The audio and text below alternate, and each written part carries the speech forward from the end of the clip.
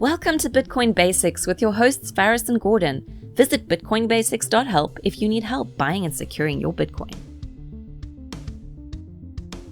We have a brand new podcast. Visit myprivacy.help to subscribe. Did you know you can completely control your personal information without relying on a third party? Faris, Gordon, and industry experts explain how you can reclaim control of your data, your privacy, your life. Visit myprivacy.help. Hello, everyone. Welcome to another episode of Bitcoin Basics Podcast. Time of recording is the 21st of June, 2023. The price of Bitcoin is 28,400. It is moving up as I speak. The block height is 795,254. And how many Satoshis will the dollar get you? That will get you 3,519. Gordon, how you doing? Good, mate. I noticed the big smile when you mentioned the Bitcoin price, so I might have to have a look into that after we stop this recording. Yeah, I'm good. We interviewed Rob Clarkson from Laser Eye. I should probably get that right before I actually mention it. Well, both cards, and they have the Laser Eye card option, which is something that I ran into Rob at Bitcoin Alive in Sydney, and he was showing people these cards that light up, these red because like we had laser eyes on Twitter, so we've got laser eye cards. So these eyes on these cards light up when you process a transaction. So it's really cool. It's a lightning card. He explains it, and then you can get these cards designed, and then you can get these laser eye bulk cards. It's quite cool. It's not just a gimmick; they actually do work as proper lightning cards. Yeah, it's super cool, and we're privileged to be able to interview all these people, Faris, that are doing some amazing stuff in the Bitcoin space. And we talk about Bitcoin being slow and boring and whatnot, but there is so much happening. Yes, it's maybe happening in that layer 2 Lightning sort of network, but yeah, it's super exciting. Bitcoin adoption is slowly moving ahead, maybe not as fast as some people wanted to, but yeah, people like Rob and those kind of projects bring Bitcoin to the masses. And he tells a story of, merchants who are paying ridiculous fees. So it's a no-brainer, but the powers that be and these corporations don't want us to have our own control over our own money and be able to save on fees. So there's a massive friction, but yeah, another exciting project that we need to keep up with. If you enjoyed this podcast, please subscribe, like, and share so we can find others like yourself. So what we do is we just have a chat, and then at the end of the show, me and Gordon would actually do a proper intro and just talk about, and we'll get you to show yourself towards the end. But yeah, just conversation. Not in that way. We'll get into it. What do you mean show yourself? What are you talking about? This is not OnlyFans. Come on. That's staying in the podcast. Hashtag OnlyFans. All right, this is the beginning. Go for it. Okay. Rob, thank you very much for joining us. I think for the first time, and I don't know how long, you're probably in a place that's colder than where I am. Yeah, it's definitely a bit frosty on the ground these mornings. We're looking forward to a bit of snow, but there's not been too much yet, so fingers crossed. Yeah, so just for our audience, now you are based in Queenstown, New Zealand, but from the sound of your accent, people will presume I'm from New Zealand. Or tell us who you are, where you're from, your Bitcoin origin story. Yeah, so my name's Rob, and obviously I'm originally from the UK. I decided a few years ago that I had to go and see a bit more of the world, so I came over to Australia, and then I came over to New Zealand, and that was in 2008, and I got to Queenstown, and I thought, this place is nice, I'll stay here for a bit. And then 15 years later, here I am. And then, in that time, I was lucky enough to stumble across Bitcoin for the first time, seeing a friend on Facebook saying he'd bought his first Bitcoin. And I thought, wow, what's a Bitcoin? So I looked into it, had a bit of a cursory looked a bit kind of Wild West-ish and cowboyish. And I thought, I'll leave it for now. And then discovered it again kind of 6 months later. I can't remember why. And I thought, okay, it's still here and it looks like it's bigger and there's more going on. And fortunately, I had a look at the white paper, and I didn't understand it all, but I understood enough to know that it was very significant. It was unlike anything that had ever been around before, and it grabbed my attention like nothing else has. I think my computer science background helped me understand how significant an advancement it was. And then since then, I went down the rabbit hole and listened to all the podcasts that I could. Andreas Antonopoulos was a big influence for me. He suggested, instead of trying to tell people about Bitcoin, try giving them some. So I did that. I started doing that, and I went and handed out, $5 worth of Bitcoin left, right, and center to anybody who'd listened to me, and that was quite funny because when you give people Bitcoin a while ago and then they come back, it's quite cool. They kind of have a great, hey Rob, that Bitcoin you gave me, blah blah blah. You have those kind of conversations, so it's quite cool. And then I think I kind of came to the same conclusion that you guys did. I thought, right, what do we need to do here? We need to help educate people, help people understand Bitcoin, because obviously not everybody has a computer science background. And honestly, I don't know if it's the best thing to have as a background, because there's quite a lot of people with a computer science background who don't take Bitcoin seriously at all. So it does make me wonder sometimes, what is it about people who kind of get Bitcoin? Is it a curiosity thing or an openness thing? Or I don't know. But I decided that, I should start teaching people Bitcoin. So I just do small classes in Queenstown, small groups of like 12 to 15 kind of thing. And we go over all the fundamentals, like basically what it is, how to use it, how it works, high level, Lightning Network, how the Lightning Network works, high level, mining, and then hardware wallets or storing it safely. And so I feel that's quite a good holistic sort of overview. And since then, been a kind of an explosion of kind of community meeting, I feel. Maybe in New Zealand, maybe around the world. But I got in touch with lots of the New Zealand community through Telegram, and that was good. And I feel there's a real groundswell of people trying to now do things to help facilitate Bitcoin, which is great. And I'm trying to help out with that as much as I can, encourage merchants to accept Bitcoin. And I also do some development on the open source bulk card standard as well. So just doing what I can, I guess, with the skills I have. Wow. So workshops where you learn about Bitcoin and how to buy it and keep it safe. Hey, Gordon, how come we never thought of that? No idea, Faris. Wow, Sorry, Rob, inside joke. We've been trying to run those workshops ourselves. So sorry, go ahead, Gord.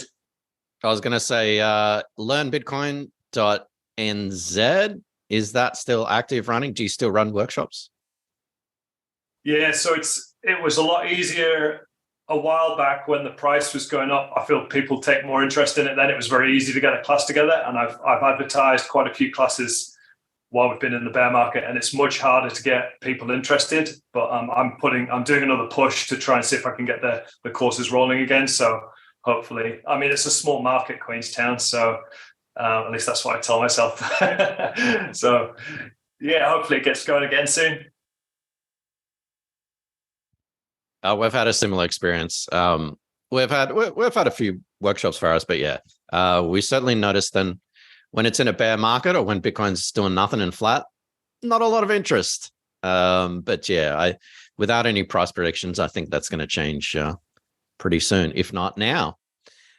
So it's interesting, Rob. You sort of come from a computer science background. Was the technology what sort of got you into Bitcoin, or was it more the philosophy, economics? Why, and why Bitcoin? Why not Dogecoin? Well, I did take an interest in other cryptocurrencies as well, but I always felt there was not a lot of substance to them. So from my gut feeling, there was always more to Bitcoin. And I think, it's like I say, it grabbed me. The other ones, I guess everybody goes through a similar stage with the other cryptocurrencies. You kind of go, all right, this is primarily just a kind of this is going to go up in value kind of thing, rather than a actually something technical or something important that we're doing behind the scenes. And so, kind of eventually came to the same conclusion that everybody else does, that, Bitcoin's the one that's sort of doing the useful things here. Does that answer your question? No, that's so good. There's no right or wrong answer, but you gave the right answer. No, that's so good. So what you're doing, okay, so let's get into it. You have a card, and I want you to go through sort of a high level sort of stuff. But someone listening to this may have some Bitcoin. They may have Bitcoin on a hardware wallet. Why on earth would they want to spend their hard-earned Bitcoin buying stuff on a card? Yeah, that's so I presume you mean the bulk card in particular. So I feel like, I actually forgot to mention these guys. So I'm also a director in a company called Laserized Cards, and we produce the bulk card. I work with a team of guys, Chris, Simon, Peter, and James in the UK, and we work together to produce these cards that have LEDs in them. And so when you tap them, they light up, and it's that laserized meme. But so the question was, why should you spend your Bitcoin rather than just hodl them? And I feel like hodling makes perfect sense, because you've got the hardest money known to man. It's like the best money we've ever had. So you certainly wouldn't want to spend it. You'd want to spend your dollars first. But Chris, my partner from Laserized Cards, says if you have the chance to spend Bitcoin and you spend dollars instead, what you're doing is you're perpetuating the dollar. You're not perpetuating Bitcoin. So if you want to see a Bitcoin future, then you have to use Bitcoin. And unfortunately, it means that, yes, you're spending the hardest money known to man, but the idea is that you spend and replace. And so instead of hodl, I think I've seen Nathan Day, who does the btcmap.org website, he says SPEDN, I think is the abbreviation he had, which is basically to spend and replace. So you should spend your Bitcoin when you can with other Bitcoiners who accept it, and then you should replace it. Ideally buy more when you replace it than you spend, so you're technically still hodling as well, would be my answer to that one. So the laser eye cards, is it actually a debit credit card? What is it, the card itself? What does it do? Yeah, that's a really good question. So it's different from a Visa or a MasterCard, the typical cards you can find, because those ones, what you typically do is you load them up with, or you load your account up with some Bitcoin, and then when you spend it, it exchanges your dollars to Bitcoin, exchanges your Bitcoin to dollars, and then spends the dollars at the merchant. And the laserized card or the bulk card is different, because it actually authenticates a Lightning payment from your Lightning node to the merchant's Lightning terminal or Lightning POS. And so it's compatible with sort of Breeze and VaultPay and loads of others that are listed on the bulk card, PTC Pay Server and loads of others. So it's only compatible with merchants who accept Lightning payments at point of sale and have an NFC-enabled reader or a bulk card enabled point of sale, if that makes sense. Yeah. And with the merchants, like, where are you finding that merchants are receptive to set it up? How is New Zealand? Are you you mentioned your partners in the UK. What's the culture like? Yeah, so it's in the UK, they're quite lucky. They have an exchange called Coin Corner, and these guys, Coin Corner, actually came up with the original concept for the bulk card, and they provide a bulk card service as part of their exchange, and it still works on the Lightning rails, which is good. So it's much easier for the guys in the UK who I work with. Some of them are part of the Bridge to Bitcoin group, and I don't know if you've heard about them, but basically they're helping to facilitate merchant adoption on a volunteer basis in the UK by going to merchants and saying, hey, have you thought about accepting Bitcoin? And then if the merchant's not receptive to actually accepting and holding Bitcoin, then they have this option of Coin Corner where they can accept Bitcoin at point of sale. And what the Coin Corner exchange does is they exchange that £2 at the point they get paid, and therefore they don't actually have to go near the Bitcoin. So it's like you're able to accept Bitcoin, and then receive pounds sterling in your bank account. And I think it's their last backstop to basically help onboard merchants to Bitcoin. So because obviously selling Bitcoin, as you know, it's a real hard sell. The merchant has to be essentially orange pilled to understand why accepting Bitcoins and holding Bitcoins useful, important because of all the extra hoops that you have to go through with the accounting and the tax and all that kind of carry on. So with this Coin Corner service, which we obviously can't get in New Zealand, it's quite good because the merchant can accept Bitcoin and then it's converted into pounds sterling at point of sale. So if they dial up £10 on the terminal, it charges the amount in sats, and then as soon as they pay, the merchant's guaranteed that £10 minus whatever the merchant the exchange fees are with Coin Corner, if that makes sense. And these cards, you guys just sell them. Is that basically how your business runs a profit? You just sell the cards. You're not making any commissions, any spreads, anything like that? So the cards we sell are they can be connected to either Coin Corner service, or they can be connected to your own Lightning node. So the cards are programmable. They're basically blank when we sell them, and so you receive them, and then you can use an app to connect them to a service that will pay. So it can be entirely self-custodial. So you can run your own node. You can set up your own bulk card service, which is essentially like a server that runs. And when you tap the card has the URL of your bulk card service on it. And then the merchant's point of sale sends a request to your bulk card service requesting the amount that you've tapped. There's two special values on the card that when you tap that are encrypted, so that your server knows that it was your card that was definitely tapped, and then your service pays the merchant's point of sale invoice. It's a bit convoluted, I know. Hope that made sense. No, you've explained that well. Yeah. Just zooming out a little bit. So is there, well, maybe I'll rephrase it this way. Outside of the UK, is there a way for someone to use the bulk card or your card without a Lightning node?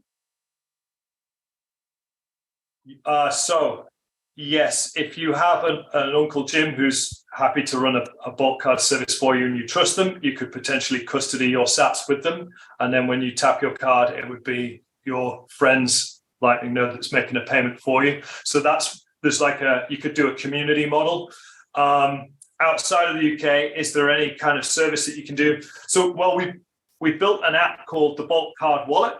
And so the Bulk Card Wallet is an app that you can download on the Play Store. It currently only works for Android at the moment, unfortunately, because those are the only phones that can program the cards right now, although we're currently working on iOS card programming right now. So I'm hoping that's going to be ready in the next month or so, but don't hold me to it. And so using the Bulk Card Wallet, you can connect that to a Bulk Card Wallet hub, which connects to a Lightning node that pays the invoice.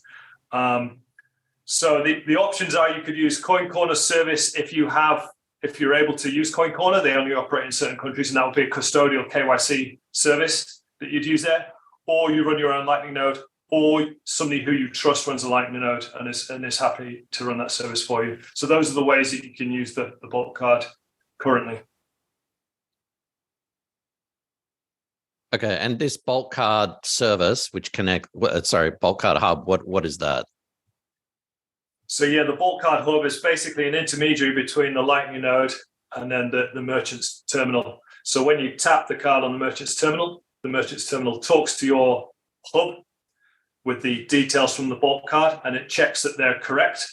And if they are, the merchant's terminal is then allowed to send the Lightning invoice through, which you then pay. So it's basically the bulk card service has to be running on a server somewhere for the card to work. So it can't work without this background service somewhere. How long did it take you guys to set up this infrastructure?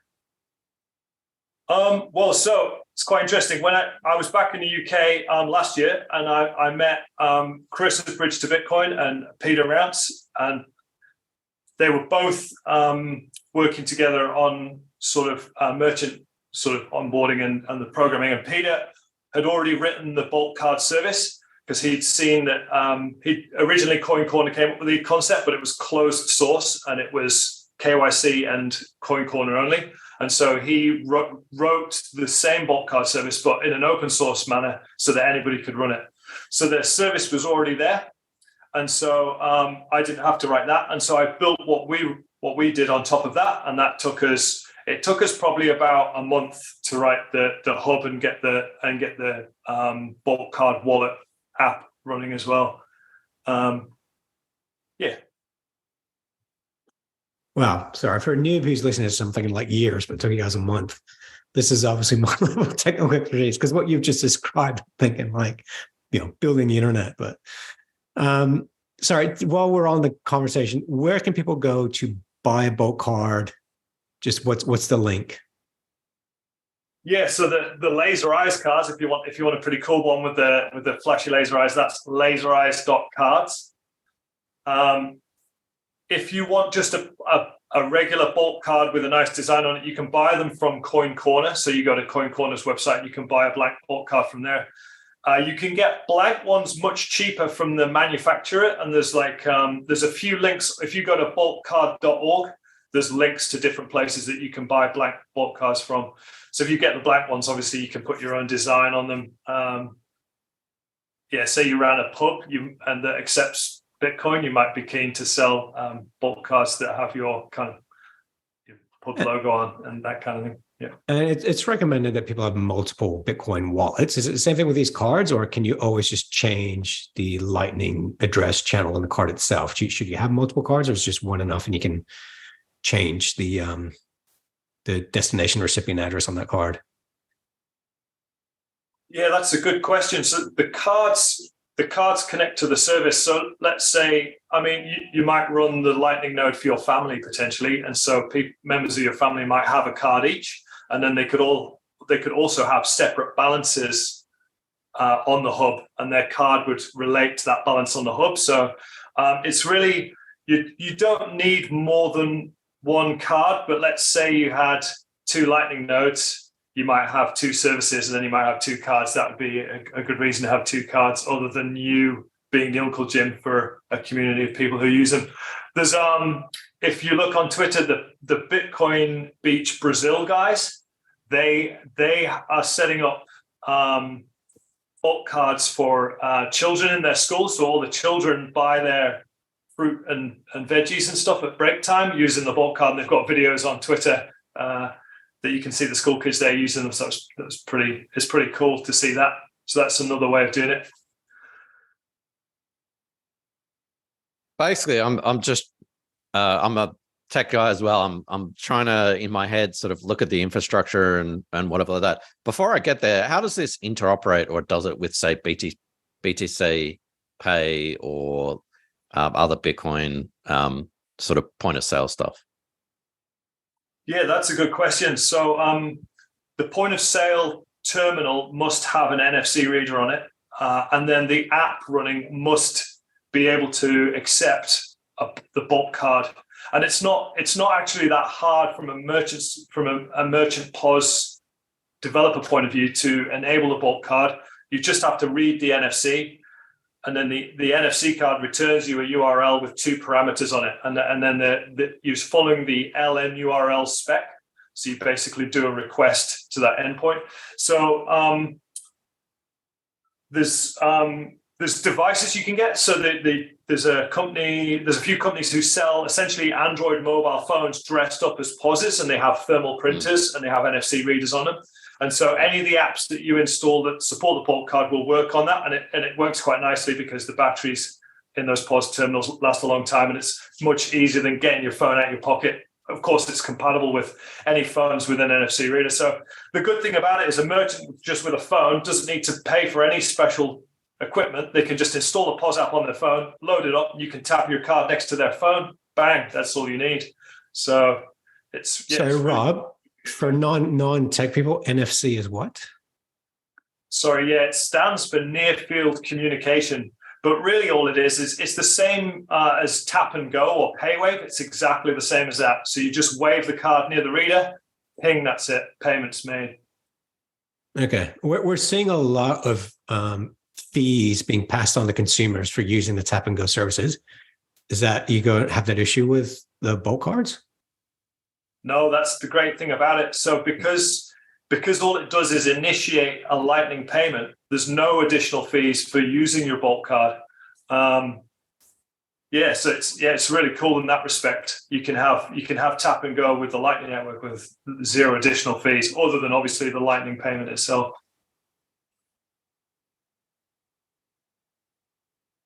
Well, I mean, we I think it was a year ago we interviewed James and Nikki when they moved from New Zealand to El Salvador, and they're living off of Lightning on a daily basis, and that was really cool to see. So, and this is something that people don't appreciate until they start to see the plumbing of Bitcoin. Is Swift transactions, can be 30%. You can send $100 to someone, it still costs you $30. It's getting better, but it's still insane. Whereas, you can send millions and millions of dollars worth of Bitcoin for a couple of dollar fee. And with Lightning, it's pretty, I mean, the future is here when it comes to, the hurdles that we had in 2017 with Bitcoin. No, you can't use it at point of sale. Yeah, I think I wasn't actually that impressed when I saw the Bolt card first off, because I assumed it was a Coin Corner only thing, and I thought, oh well, that's great. It's just communicating with Coin Corner's server. And then, when it became clear to me that this could be done in an open source way, I thought, wow, that's great, because we've met the legacy payment standard of tap and go on the Bitcoin Lightning Network. So it's great because that convenience of tapping and going is so useful for merchants, and merchants appreciate it because it's less faff at the till when they just want to make the sale and for the customer to pay, and then they can move on to the next customer kind of thing, and then that's the kind of the benefit you get from it. So it is actually quite an important thing so it's quite useful to have. Yeah, definitely. I was at just an osteopath masseuse yesterday, and she runs a full-time business, and she's not even using the merchant FPOS card carriers because it's too expensive. She'll just give you her bank account details and trust that you're going to pay her. Yeah, it's crazy, isn't it? The kind of the fees that we have on the traditional payment networks, and they're only like that because they've had no competition. I mean, it's not like anybody else can set up a Visa or a MasterCard. So I think this is why it's so important, that we help facilitate additional payment rails for merchants, not least because of the resilience as well. So if the other networks go down for any reason, which sometimes they do, then you've still got another option to pay. But I think it's a big deal for merchants. I was talking to a bar in Queenstown who said that they could afford to employ another couple of full-time staff members on the amount of merchant services fees they pay annually. So that's huge. It is a busy bar, but it's just it's quite a lot of money that is taken by these legacy payment networks. And so, I think given that you can use the Lightning Network really quickly and easily, albeit in a custodial fashion right now, there's no reason why, if I was a merchant who knew enough about it, I wouldn't be interested, but that's the problem, isn't it? Getting the merchants interested. I have an important question. The bar you're talking about, is that the one where the food and the beer is delivered in those pipes, pneumatic pipes? Is that Christchurch? That's Christchurch. I think it's called A1 or C1 in Christchurch. Yeah, that's amazing. Yeah. It's an old bank or post office. Yeah, the beers don't go up through there. Yeah, it's in Christchurch. I think it's called C1 in Christchurch. Yeah, you don't put beers in a pneumatic pump. How would it end up at the end? No, they put fries in there. So it's the old post office bank. They put beers in there. Messages. No, they don't. Yeah, they do. They'd shake it all up. They do. Okay. We'll figure it out. I'll send you some video evidence. Okay. It's amazing. I can't believe you haven't been there. You should check it out. So Bitcoin, we're replacing banks and Lightning Network, and we're replacing payment processors and that kind of stuff. What does that conversation look like when you just talked about a bar that could employ 2 other employees? Do they get it straight away, or do you have to convince them, hey, Lightning Network, fast, no fees, Like, How does that conversation go? Yeah. I've had the conversation a few times with a few different people. Again, like Chris from Bridge to Bitcoin, he suggested when you go to pay at the till of a regular merchant, a good question to ask, kind of innocently, is just, do you accept Bitcoin? And just listen to what you hear back, and that's quite interesting in itself, because you get all kind of range of answers. You get everything from a flat no and kind of no discussion, or you get maybe sometimes a bit of intrigue, like, oh, can you do that? So, and then sometimes you get a good one I've heard typically with younger staff is no, but we should, or no, but we might, or and then one time I had it, I was in a pizza shop, and the guy said, yeah, the problem with accepting cryptocurrencies at point of sale is that they're too volatile. And I was like, wow, this guy's he's done some research. This is interesting. And yeah, I don't have an argument at the till. I just, as soon as they're saying, whatever they say, I just pay, and, I pay with my card, and then I'll have cash and then walk out. So it's quite interesting having those conversations, just to hear what it is that the sort of the thinking behind it, or the current state of the thinking behind it generally. So it's interesting. For the bars that I've talked, sorry. It's Bitcoin inception. I feel it's like a touch point. So it's completely out of the Overton window. And then if you sort of ask about it, it kind of it's like that's a thing that could happen, because this guy's obviously ready to pay if we accept it, I guess. Just like, so if we accepted it, he could pay with it. And I think it's like the question itself kind of says a lot, maybe. So, yeah. Mm-hmm. And I mean, merchants that are accepting Visa and MasterCard, they're sometimes not getting the actual payment till 30 days, 60 days, the chargebacks and fees and all that sort of stuff. So it would be a no-brainer. But of course, there's that technical hurdle. It's like, well, yeah, I want to, but how do I do it? Or it's a hassle, or if only 1 in 100 customers is going to do it, then it's probably not worth it. So yeah, these are the adoption pain points.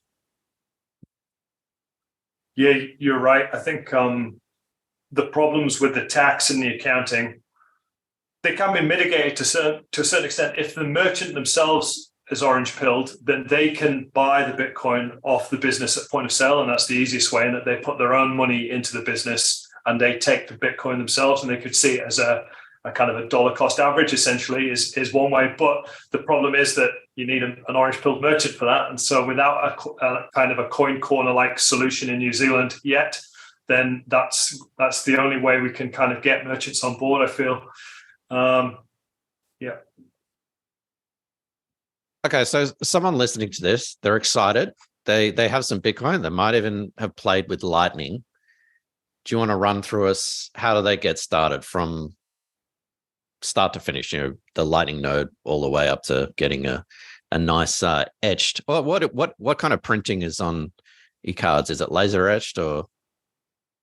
It's retransfer. So there's a few ways of printing on the cards, and the ones we do they're high quality, is all I'm going to say. But it's a very professional finish. I've seen your Twitter. I've seen some amazing designs, like some Star Wars designs, and really intricate, fantastic designs. Yeah, really cool. Oh, thank you very much. Yeah, we work with artists as well, so we give commissions. So artists can list their designs, their bulk cards on our website. Lena Seicha, I think that's how you pronounce her name. She does the little hodler cartoons, and so she's recently advertising her cards with us. So yeah, any designers who are listening and you want to make your own bulk card, just get in touch. We've got the design guidelines on the website. So full end-to-end setup. Well, I feel that the most important thing is to go from 0 to 1 is what I'd say. And so if a new merchant was interested, I wouldn't say set up your own node and do all this hardcore stuff in the background. I'd say, look, download Wallet Satoshi on your phone, and then click on the receive button, and then dial in $5, and then I'll send you some. And then that's how I would get anybody started with the Lightning Network. And then I would kind of cautiously at the same time say, this is a custodial service, and although you're receiving Bitcoin over the Lightning Network, wallet Satoshi custodying them. So if you have a lot of Bitcoin, you'd want to withdraw them from wallet Satoshi. And again, it's a bit longer than kind of here's everything end to end, because it leaves it open ended. But at least at that point, they're sort of Lightning Network enabled, if that makes sense. And then with that proviso, so once you have quite a lot of funds on wallet Satoshi, you should save them to a cold storage wallet, a hardware wallet, or something like that. And then I think once you've played around the Lightning Network a bit, then you're like, okay, so the next level would probably be to use something a bit more custodial, like a Breeze or a Phoenix, which I know do use LSP or Lightning service providers in the background to make it non-custodial as much as possible. Although obviously it doesn't work without their back-end service, and there is a fee associated with that. And then the next step after that would probably be to, if you're a Bitcoin business, or you're really serious about accepting Bitcoin, then yes, to set up a node. And I'd suggest if you want to have a Lightning node that you control the management of, but you don't actually want to run the hardware yourself, then Voltage is a good option. And that's a guy who he does Lightning nodes as a service, and so I use his service. I find it very handy.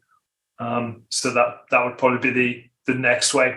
Probably the last thing I would do is say, okay, right, set up a node on a computer in your house or something. That would be sort of, and that's kind of the maximum hodler sort of way of doing it. The full blown self custody everything would be the far end. How does that sound to you guys? Do you think that's like a fair assessment? No, I was just going to ask you, why would someone not do it? Is it just too tricky, or why would you advise against that?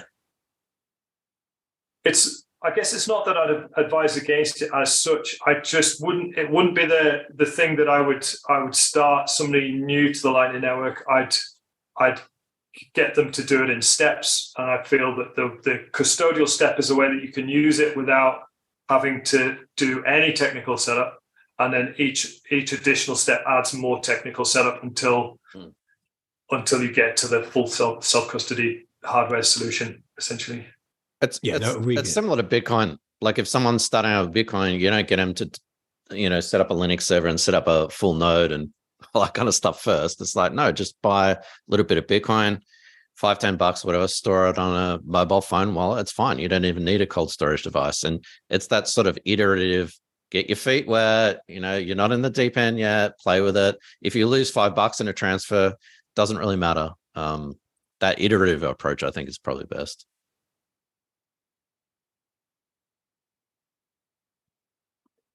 Yeah, I'd agree with that. Definitely. Yeah. Cool. Now, is there anything you want to shill? Is there something we haven't asked you? Is there anything you want to just plug? That's a good question. I think I've plugged laserized cards quite heavily, so I appreciate that. No, I think other than if you're interested in learning about Bitcoin and you're able to get to Queenstown, it'd be great. Sign up for my course at learnbitcoin.nz. We are, if you're a merchant who's interested in knowing how to accept Bitcoin as a merchant, then you can get in touch as well. I'm more than happy to help explain that. I've helped a few merchants accept Bitcoin now as well. So yeah, other than that, no, I think that's about it.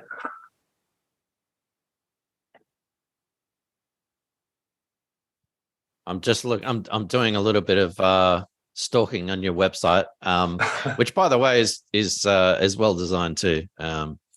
You had a workshop recently, is that right? Or you've got a workshop recently?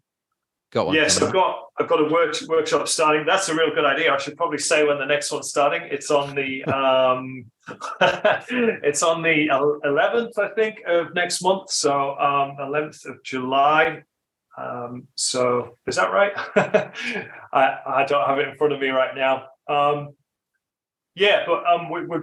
put them on as and when. So if you're interested and the time doesn't suit you, get in touch and let me know.